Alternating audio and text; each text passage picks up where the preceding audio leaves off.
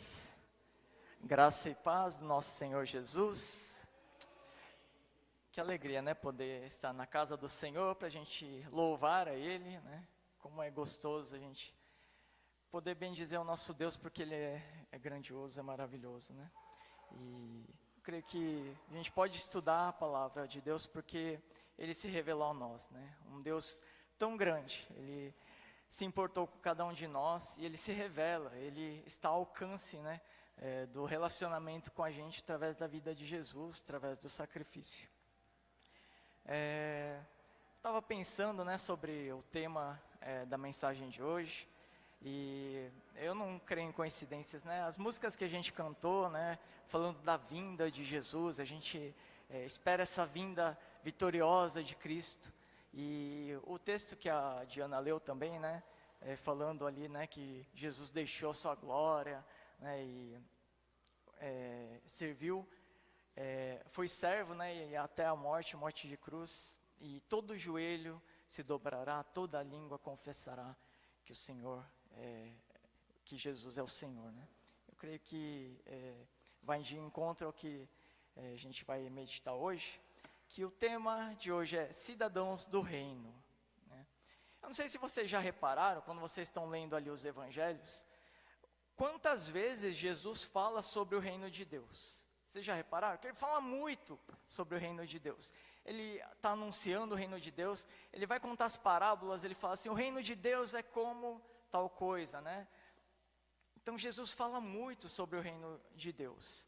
E só um detalhe aqui, né? No caso do livro de Mateus, aparece como o reino dos céus. Mas é outra coisa? Não, é a mesma coisa, é reino de Deus. Só que como o evangelho de Mateus ele é direcionado para os judeus, o judeu ele tinha aquele negócio que ele não fala nem Deus à toa, né? Então para não ficar falando reino de Deus, eles substituíram por reino dos céus. Mas a ideia é a mesma, né? E a gente não pode confundir, né, como usaram esse termo, né, reino dos céus.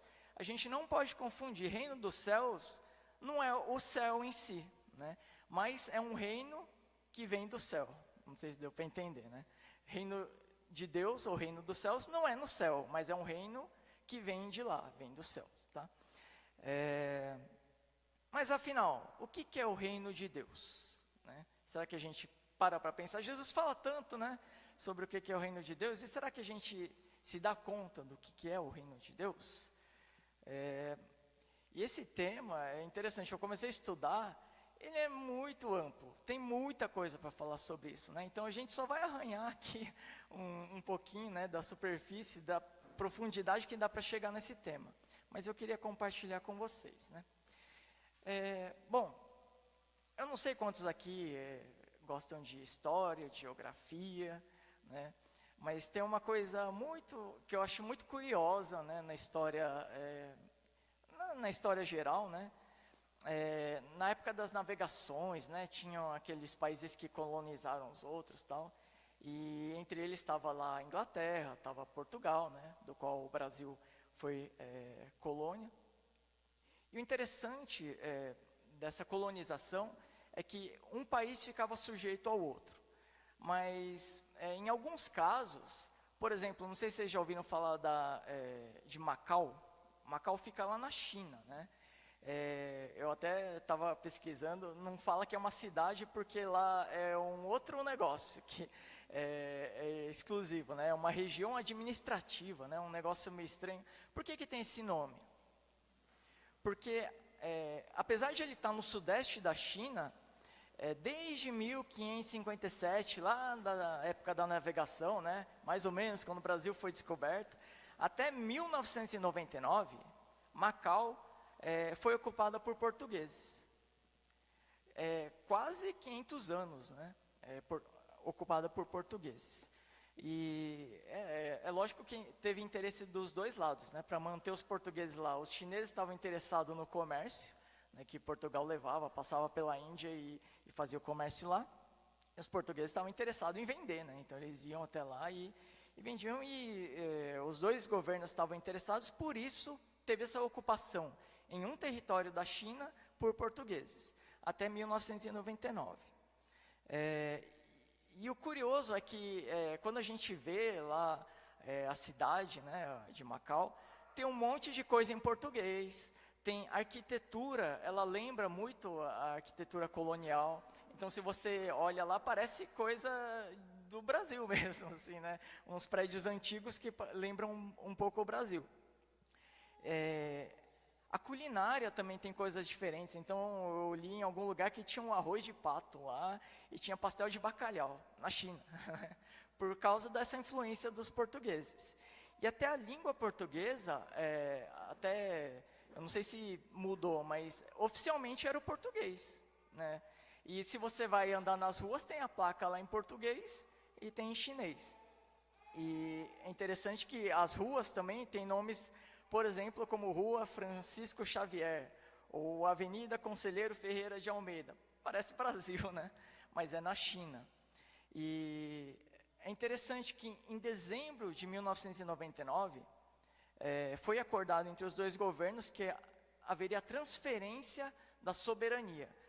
Portugal ia devolver para a China. Macau passou a ser administrada novamente pela China. Isso em 1999. Agora, imagina você vivendo ali como cidadão daquele território. Um dia você é governado pelos portugueses. E está decretado um dia que não vai ser mais. Está decretado um dia que vai mudar o governo, vai ser o chinês que vai dominar sobre aquele território. E até teve outros locais que aconteceu isso. Por exemplo, Hong Kong, né? Hong Kong foi colônia da Inglaterra, e acho que eles concederam por 99 anos, né, o domínio ali. E em 97, Hong Kong também voltou para a China, né? Só que também é uma região de administração, como é que eles falam? Região administrativa, né? Tem uma coisa meio híbrida ali, né? Eles têm um pouco de autonomia, não é totalmente chinês, mas tinha uma data estipulada, né? E eu fiquei pensando, como é que é viver num território onde num dia você tem um governo e no outro dia muda tudo, né? Então eu queria meditar sobre isso com vocês, abrindo em Daniel, capítulo 2, versos 31 a 45. Daniel 2, 31 a 45. Eu vou ler rapidamente, porque é um trecho longo, mas depois a gente pensa um pouco no contexto. 31 diz assim: Tu olhaste, ó rei, e diante de ti estava uma grande estátua, uma estátua enorme, impressionante, e a sua aparência era terrível. A cabeça da estátua era feita de ouro puro, o peito e o braço eram de prata, o ventre e os quadris eram de bronze, as pernas eram de ferro, e os pés eram em parte de ferro e em parte de barro. Enquanto estavas observando, uma pedra soltou-se, sem auxílio de mãos, atingiu a estátua nos pés de ferro e de barro, e os esmigalhou. Então o ferro, o barro, o bronze, a prata e o ouro foram despedaçados, viraram pó, como o pó da debulha do trigo na eira durante o verão. O vento os levou sem deixar vestígio, mas a pedra que atingiu a estátua tornou-se uma montanha e encheu toda a terra.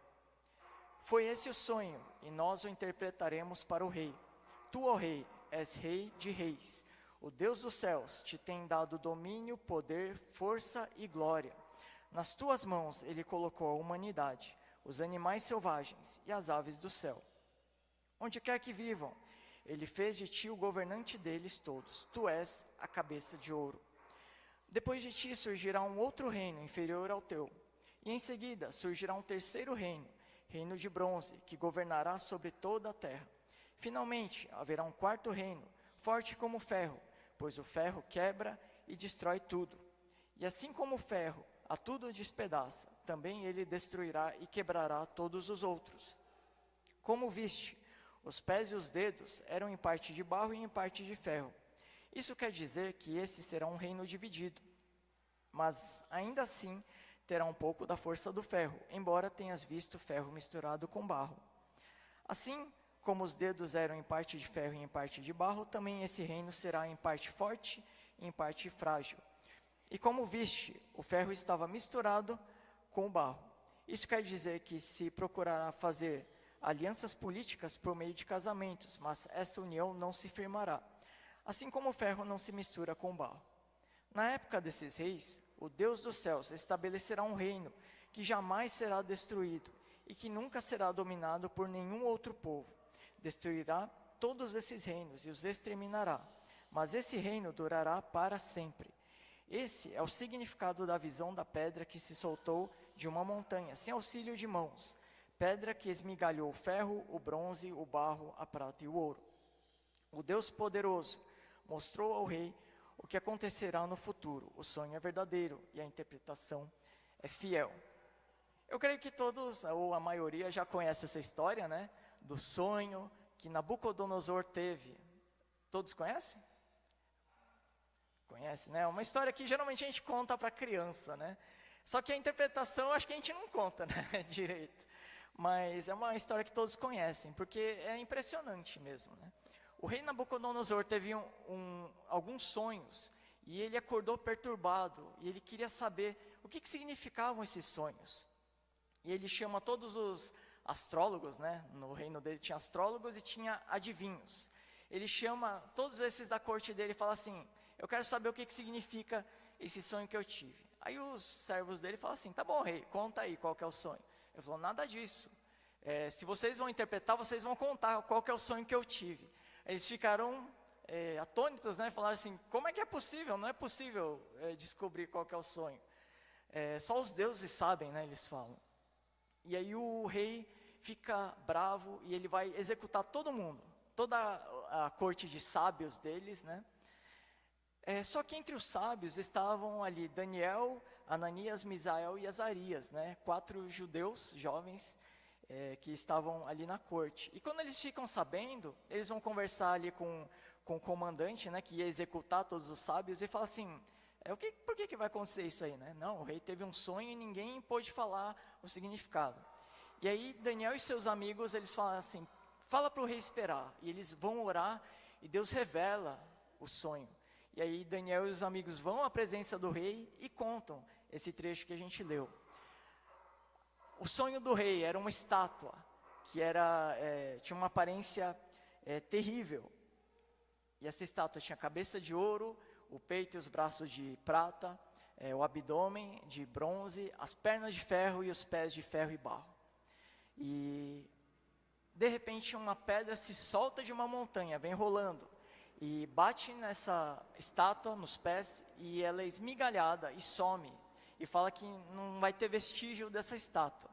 E essa pedra que rolou, ela cresce, vira uma montanha e enche toda a terra. Afinal, né, quando a gente conta essa história para as crianças, a gente sabe o que significa isso? Se a gente parar para pensar em reinos, né, o próprio Daniel ele explica ali para o rei. A cabeça de ouro é o Senhor, é o rei da Babilônia.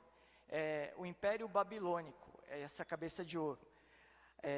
A prata, o peito, é o reino que vem depois, né? São os medo-persas, né? Que depois dominam, invadem a Babilônia e dominam ali. O bronze, né? O abdômen, são os gregos, que depois surge, né? O Império Grego e domina sobre todos. E o ferro é o Império Romano, que depois vem e domina também. Aí só tem uma divergência, né, nos pés, né, que é ferro misturado com barro. Vi alguns comentários que falavam que talvez fosse o Império Romano enfraquecido, né, quando ele ia cair. Ou tem outros que interpretam também como os colonizadores europeus. Por quê?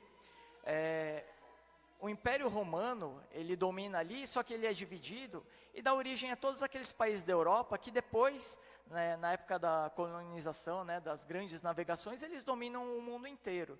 Só que são várias nações e por isso seria esse ferro com barro, né? São interpretações, assim, na verdade não importa tanto quem são esses reinos, mas o que importa é o que vem depois, né? Uma pedra que estava numa montanha, ela vem rolando e destrói todos esses reinos. E fala que essa pedra ela não foi cortada por mãos humanas, né? Mas ela é Deus quem envia essa pedra, né? E ela vem e destrói a estátua.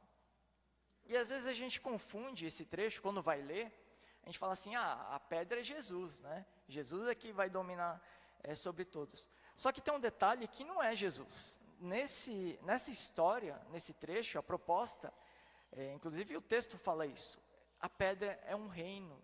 Fala que a pedra é um reino que vem e destrói todos os outros reinos e depois ele cresce e enche a terra, né? O reino de Deus virá e destruirá todos os reinos desse mundo. E por essa visão, a gente pode ver que existem duas formas de viver. Tem o reino da estátua e tem o reino da pedra.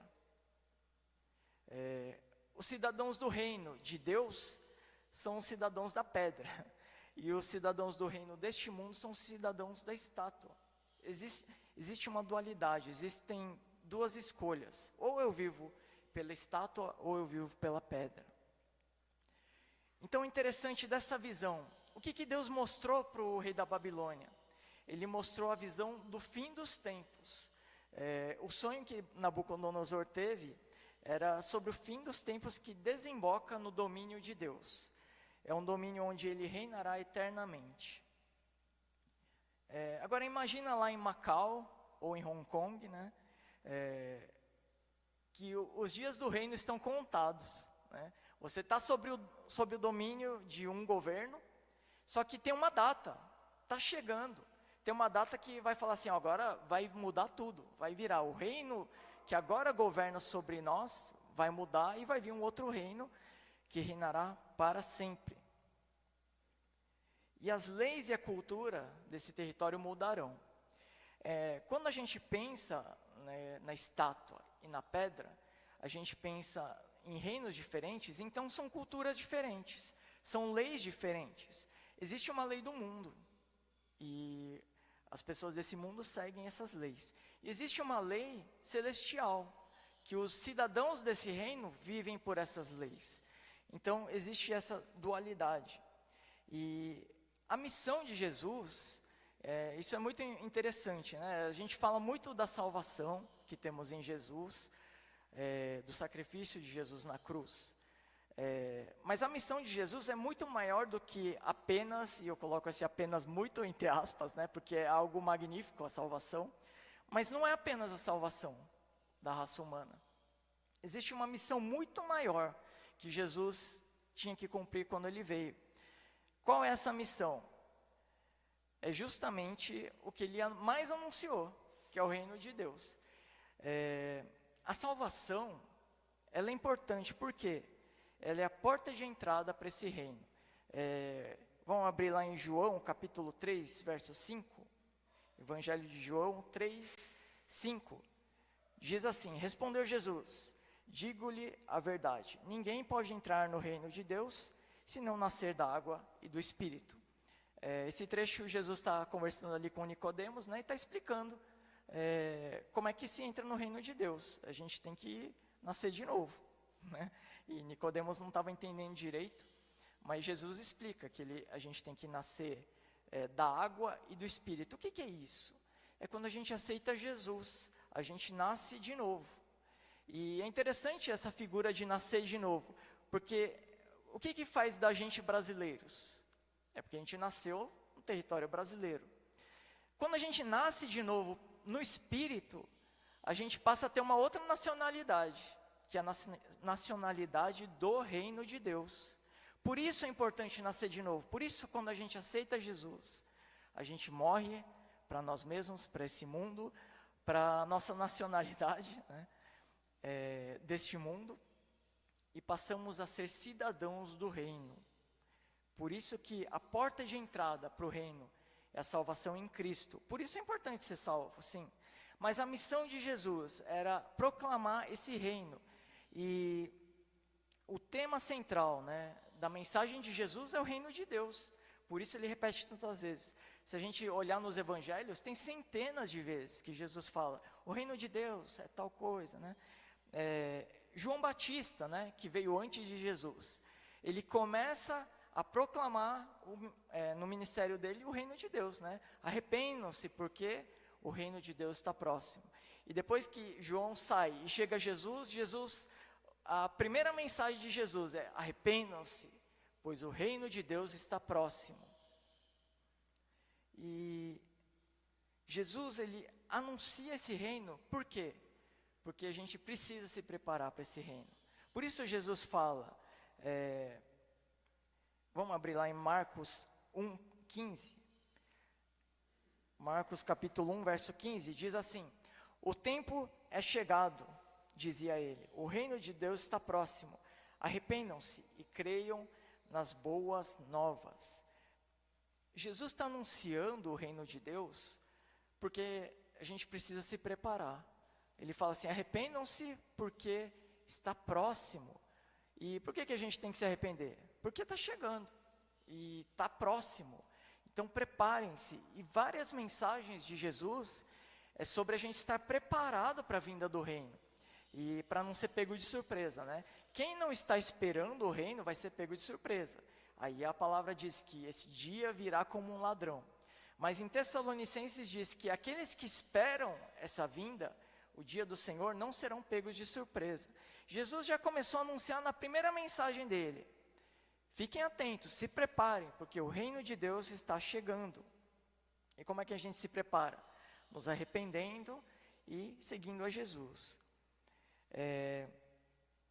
E qual que é o objetivo, né, final? E a primeira vez que eu me dei conta desse próximo texto, né, que está em Efésios, capítulo 1, dos versos 9 ao 12, a primeira vez que eu meditei de verdade, que eu parei para pensar, eu falei, nossa, esse trecho aqui, ele está falando sobre a existência, o motivo de todo o universo, e não só o universo, do céu existir. Deus revelou para a gente, às vezes a gente passa por esse texto e não percebe, né? Mas vamos ler lá, Efésios capítulo 1, versos 9 ao 12, diz assim: e nos revelou o mistério da sua vontade, de acordo com o seu bom propósito, que ele estabeleceu em Cristo. Isto é, de fazer convergir em Cristo todas as coisas, celestiais ou terrenas, na dispensação da plenitude dos tempos. Nele fomos também feitos herdeiros, tendo sido predestinados, conforme o plano daquele que faz todas as coisas, segundo o propósito da sua vontade. E o próximo, 12, a fim de que nós, os que primeiro esperamos em Cristo, sejamos para o louvor da sua glória. Eu não sei se vocês já meditaram sobre esse trecho, mas antes ele está falando ali, né, da nossa conversão em Cristo, que ele nos escolheu antes da criação do mundo e tudo mais. E quando ele vem chegando nesse trecho, ele fala assim, de acordo com o propósito que Deus estabeleceu em Cristo. Por que Deus enviou Cristo?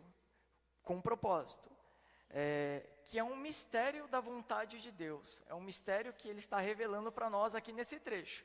O mistério da vontade de Deus é que, ao final, né, na dispensação da plenitude dos tempos, quando chegar o tempo certo, faça convergir em Cristo todas as coisas celestiais e terrenas.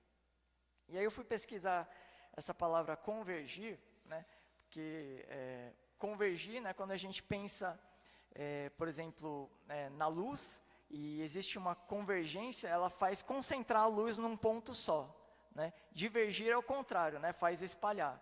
Convergir faz focar em um centro só, num ponto. Né? No original em grego, é uma palavra meio difícil, que nem está estabelecido muito bem um significado só, mas tem a ver como colocar debaixo de uma cabeça, né? De juntar todas as coisas debaixo de uma cabeça, colocar todas as coisas sob o domínio de um. Né? Então, qual que é a vontade de Deus? O mistério da vontade de Deus é que no final dos tempos, todas as coisas, tanto as terrenas quanto as celestiais, tudo isso seja sujeito a Jesus. Todas as coisas, no céu e na terra, serão sujeitos debaixo do domínio de Cristo. Glória a Deus. Aleluia. A gente leu um texto, né, que a Diana abriu conosco, eu creio que Deus preparou para a gente ler mesmo. Toda língua confessará, todo joelho se dobrará nesse dia. Não importa o que você crê ou não, não importa se é pessoa que fez o bem e fez o mal. Naquele dia, toda língua confessará e todo joelho se dobrará, porque é chegado o dia do Senhor, o dia em que o reino dele virá completamente. E esse é um mistério que Deus revelou a nós. E a gente às vezes não se dá conta, né? Às vezes a gente vive as nossas vidas como se não existisse um plano maior, como se não existisse algo, um propósito que Deus estabeleceu desde antes da criação do universo, né? O reino de Deus, fala que o reino de Deus existe de eternidade a eternidade. O que quer dizer isso? Antes de existir o universo e Deus estabeleceu o tempo no qual a gente vive, existia uma eternidade. O reino de Deus existe nessa eternidade. E depois, quando vier o dia do Senhor, se a gente lê lá em Apocalipse, fala que o sol escurecerá, a lua não dará mais seu brilho. O que significa isso? O tempo deixará de existir novamente. E virá outra eternidade. De eternidade a eternidade, o reino de Deus governará sobre todos. Então, esse mistério Jesus revelou. Agora existe um outro mistério, né, do reino de Deus, que quando a gente lê a Bíblia, às vezes dá um nó na nossa cabeça. Afinal, o reino de Deus já chegou ou não? Ele já veio o reino de Deus ou não, ainda está por vir? E se a gente lê a Bíblia, é interessante que são as duas coisas. O reino já chegou, mas ainda não, ainda está por vir, né? O que significa isso? Um trecho que ajuda a gente a entender um pouco. Lucas, capítulo 17, dos versos 20 ao 21, diz assim: certa vez, tendo sido interrogado pelos fariseus sobre quando viria o reino de Deus, Jesus respondeu: o reino de Deus não vem de modo visível, nem se dirá, aqui está ele, ou lá está, porque o reino de Deus está entre vocês. Isso na NVI. Na Revista Atualizada diz assim: pois o reino de Deus está dentro em vós, está dentro de nós. O que Jesus quer dizer com isso, né? Que o reino, ele está vindo não de forma visível, não como um governo que a gente vê se estabelecer. Ele já chegou como? Através da minha e da sua vida. E como é que funciona isso? Como o reino de Deus está dentro de nós, como Jesus falou nesse trecho, nós funcionamos como embaixadas. Vocês já ouviram falar de embaixadas, né? Existe uma embaixada, por exemplo, dos Estados Unidos no Brasil. Existe uma embaixada brasileira nos Estados Unidos. O que é embaixada? É um território que está em outro país, mas que ele pertence a um outro. Então, por exemplo, a embaixada dos Estados Unidos, ele está aqui no Brasil. Inclusive, eu acho que ali perto da região do Brooklyn, né, se não me engano, quando a gente vai tirar visto americano, tem que ir lá. Quando você entra na embaixada dos Estados Unidos, você não está mais em território brasileiro, você está em território americano. Quando você põe o pé lá, o que está valendo não é a lei do Brasil, é a lei dos Estados Unidos. Sabiam disso? Isso é embaixada, é um território de outro país que está no nosso, por exemplo. Assim somos nós somos embaixadas de Cristo nesse mundo. Nós somos território de Deus. As leis de Deus funcionam em nós. A cultura de Deus funciona em nós, quando a gente obedece, né? Quando obedecemos a Deus, estamos proclamando o reino de Deus. Por quê? Estamos seguindo as leis dele, estamos seguindo a cultura deste reino. E quando a gente faz isso, a gente é embaixada, a gente é território, é reino de Deus nessa terra. Por isso é chegado o reino de Deus, só que ele não é visível, né? Não dá para ver esse reino estabelecido, mas ele já está funcionando. Só que também ele é vindouro, porque ele vai vir plenamente quando Jesus voltar. Aí sim, ele vai estabelecer esse reino sobre tudo, né? Sobre todos que vivem nessa terra. Então, esse reino, ele já chegou, mas ainda não. Ele vai chegar plenamente. E essa nossa cidadania é que atesta para esse reino que está vindo. E por isso nós proclamamos o reino de Deus. Porque a gente sabe que ele está vindo, assim como o território ali, né, de Macau e de Hong Kong tinha uma data para passar de governo, esse mundo também tem uma data para passar de governo. A gente não sabe, né? mas Deus sabe, Ele já marcou, está próximo, né? Jesus, Ele proclama isso, arrependam-se porque o reino de Deus está próximo. Essa data está chegando e a gente tem que se preparar. Então, assim nós agimos como cidadãos desse reino. E sabendo que esse dia está próximo, a gente é chamado a proclamar. Por isso a gente fala sobre evangelho.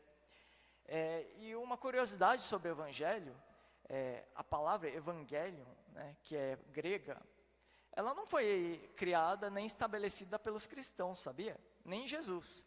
Antes de Jesus, esse termo, essa palavra já existia. Quando ele era usado, esse termo evangelho, era pelo próprio Império Romano, quando, por exemplo, eles iam fazer conquistas e conquistavam um território novo, lá em Roma, era anunciado o evangelho. Eram as boas novas do Império. Falava assim, temos uma notícia de boas novas, o território tal agora pertence ao Império Romano. Essas eram as boas novas. E Jesus pega emprestado esse termo, evangelion, né, evangelho, para anunciar as boas novas do reino. É como se fosse esse comunicado que existia lá em Roma, só que é o comunicado do reino de Deus. E está falando assim, está vindo o reino de Deus, é uma boa nova, né? Ele anunciava essa boa nova. E por isso nós somos chamados também a anunciar essas boas novas ao mundo, porque se aproxima esse dia e não tarda, né? A Bíblia fala que não tarda. Então, o reino do Senhor é o que mais a gente deve desejar, é o que mais a gente deve ansiar. Na oração que Jesus ensinou, né, todos acho que sabem aqui de cor, né? Pai nosso que estás nos céus, santificado seja o teu nome. Primeiro ele glorifica a Deus. E qual que é a segunda frase que Jesus coloca? Venha o teu reino. Depois de glorificar a Deus, a primeira coisa que a gente tem que orar é pela vinda do reino. Olha a importância da vinda desse reino. Então, quando Jesus ensina a orar, glorifique a Deus e ore pela vinda do reino, né? A gente deve pedir, apressar essa vinda desse reino. Como é que está a sua paixão por esse dia, pela vinda do reino? Como é que está no seu coração? Será que arde essa paixão por esse dia? Será que você anseia, espera por esse dia? Né? Ou será que a gente esquece, né, às vezes, desse dia? Devemos esperar e orar pela vinda do Senhor. Então eu queria já chegar ao final, colocando 3 pontos para a gente pensar, né? Primeiro ponto, de qual reino você é cidadão? Né? Aquele sonho que Nabucodonosor teve, ele nos dá 2 perspectivas, a perspectiva da estátua e a perspectiva da pedra. De qual deles você é cidadão? Do reino da estátua ou da pedra? E a porta de entrada é Jesus. Será que a gente já entrou por essa porta ou será que a gente fica na soleira ali, né? Vai, não vai, entra, não entra, né? Será que a gente já entrou de vez por essa porta e já nascemos de novo como cidadãos desse reino? Porque só assim a gente pode entrar nesse reino. E só assim a gente pode ser embaixada de Cristo nessa terra. E só assim a gente pode proclamar com autoridade as boas novas. Então, primeiro ponto, cidadão de qual reino eu sou? Né? Segundo, você já parou para pensar por que você busca a Deus? E aqui, pode ser que sem notar, a gente busca a Deus, não porque a gente tem essa visão do reino, mas porque a gente está interessado no nosso bem-estar, né? Eu quero estar salvo, né? Não quero ir para o inferno. É lógico que a gente pode pensar isso, mas a motivação do nosso coração em buscar a Deus não deve ser esse, né? A nossa motivação deveria ser o interesse nesse reino. Saber que esse reino está vindo e a gente anseia por esse reino. E por isso a gente busca a Deus, porque a gente quer fazer parte desse reino. Acho que semana retrasada eu vi um post no Instagram que eu achei interessante. Era uma frase, eu acho que estava atribuída a Fernanda Brum, mas não sei se foi ela que falou mesmo. Mas dizia assim: se não ora, se não jejua, se não lê a palavra, se não louva aqui na terra, o que você quer ir fazer no céu? que raio você vai fazer no céu, se você não faz as coisas do céu aqui na terra? Se você não ora, se não jejua, se não lê a palavra, se não louva a Deus. Não tem nada para você fazer lá no céu se você não tem paixão por essas coisas, porque é isso que a gente vai fazer lá, né? Então, por aí a gente vê, qual que é o meu interesse no reino? Será que é só para eu ficar de boa, né? Só para falar assim, não quero ir para o inferno e pronto? Ou será que a gente tem interesse na pessoa que vai estar lá no céu? E qual é essa pessoa? Jesus, é o nosso Deus, né? É a Trindade, né? O nosso Deus que é triuno. Vai estar lá nesse reino. E o interesse de a gente estar lá é por isso, não é pelo nosso bem-estar. Vou falar um negócio aqui meio pesado, né? Não, eu vou mudar, vai. Se Deus estivesse, em vez de estar no reino dele, no céu, ele estivesse aqui na terra, então era melhor ficar na terra, né? O céu em si, ele só é bom porque Deus está lá. Se Deus não estiver lá, não tem por que a gente estar lá. Então, quando a gente busca, tem que ser por causa da pessoa de Deus, e não pelos benefícios que a gente tem. Não porque eu quero estar bem e não quero sofrer no inferno, né? É lógico, né, de novo, é legítimo esse sentimento, mas a motivação do nosso coração. E por isso, às vezes a gente não tem a paixão por Deus, porque a gente está com o foco errado. Quando a gente tem essa paixão e a gente vê como é importante se aprofundar no relacionamento com Deus, todas as coisas mudam. Aí, Deus coloca em nosso coração uma paixão de conhecer a Ele. Quando a gente conhece a Jesus, quanto mais a gente tem contato com Ele, mais a gente quer conhecer. E aí essa paixão só aumenta. E às vezes eu ouço falando de igrejas que querem fazer um avivamento. Eu creio que é o desejo de toda igreja, né? Na nossa inclusive. Mas eu creio que o avivamento, ele não é um evento que vai vir, porque a gente faz um louvorzão, porque a gente faz um jejum e oração de não sei quantos dias, um propósito. O avivamento, ele vem de cidadãos que estão apaixonados por Deus. Quando a gente se voltar a Deus, no nosso dia a dia, na nossa vida, e aí todos estiverem buscando a Deus, e a gente se juntar, isso aqui pega fogo. Mas quando a gente se junta de pessoas mornas, e a gente fica lá, Deus, né, desce teu Santo Espírito, a coisa não rola direito. Por quê? Porque são pessoas que não estão interessadas em Deus, né? Às vezes a gente está interessado em outras coisas, em benefícios, em bênçãos e tudo mais. Mas quando a gente deveria ter o interesse primeiro em Deus. O que importa é Deus, é buscar a Deus de todo o coração. E quando a gente fizer isso, Deus vai inflamar o nosso coração com essa paixão. E quando a gente se juntar, várias pessoas com essa paixão, aí não tem quem segura. Aí Deus manifesta o seu poder e o seu reino nessa terra. Amém? Para encerrar, queria falar sobre um texto que está em 2 Pedro, capítulo 3, versos 11 a 13. Diz assim: visto que tudo será assim desfeito, que tipo de pessoas é necessário que vocês sejam? Vivam de maneira santa e piedosa, esperando o dia de Deus e apressando a sua vinda. Naquele dia os céus serão desfeitos pelo fogo, e os elementos se derreterão pelo calor. Todavia, de acordo com a sua promessa, esperamos novos céus e nova terra, onde habita a justiça. Um conselho do apóstolo Pedro: apressem a vinda do Senhor, né? A palavra diz para apressarmos. Quanto temos ansiado essa vinda de Deus, de Jesus? Quanto temos ansiado, sentido saudade de Jesus? É interessante que a Bíblia coloca Jesus como um noivo, a igreja como uma noiva. E a gente está, de certa forma, separados. Mas vai ter um dia que a gente vai se juntar. E a gente vai celebrar nas bodas do Cordeiro. Quanta saudade a gente tem de Jesus. Falando assim: Jesus, volta logo, porque eu estou com saudade de você, eu quero estar logo com você.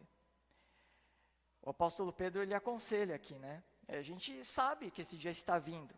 Ele vai chegar e todas as coisas serão desfeitas, né? Os elementos serão abrasados. E a gente espera pelo dia do Senhor, e a gente deve apressar essa vinda. A gente deve ansiar essa vinda, deve orar pela vinda do dia do Senhor. E esperamos novos céus e nova terra, onde o reino de Deus será estabelecido em todo lugar, e onde habita a justiça do Senhor. Amém? Vamos orar? Senhor Deus, nós te agradecemos, porque o Senhor é esse Deus maravilhoso que se revela a nós. O Senhor se revela em cada palavra, Senhor, que está na Bíblia. E às vezes a gente negligencia essa riqueza desse conhecimento do Senhor. Um conhecimento que está ao nosso alcance, que através de Cristo, o canal, o caminho, ele foi estabelecido para que nós tivéssemos relacionamento com o Senhor. E como é precioso esse relacionamento, Senhor. Ajuda-nos a sermos verdadeiros cidadãos desse reino. Cidadãos que proclamam as boas novas do Teu reino, ó Pai. Que nós somos salvos por um motivo, não só para orgulho próprio, não só para benefício próprio, mas para fazermos parte desse reino, para anunciarmos que o reino de Deus está próximo e que as pessoas precisam se preparar para ele. E nós também devemos a cada dia nos preparar.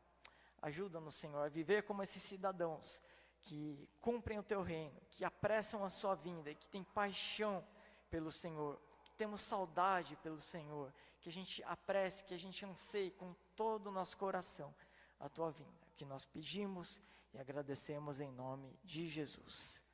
Amém.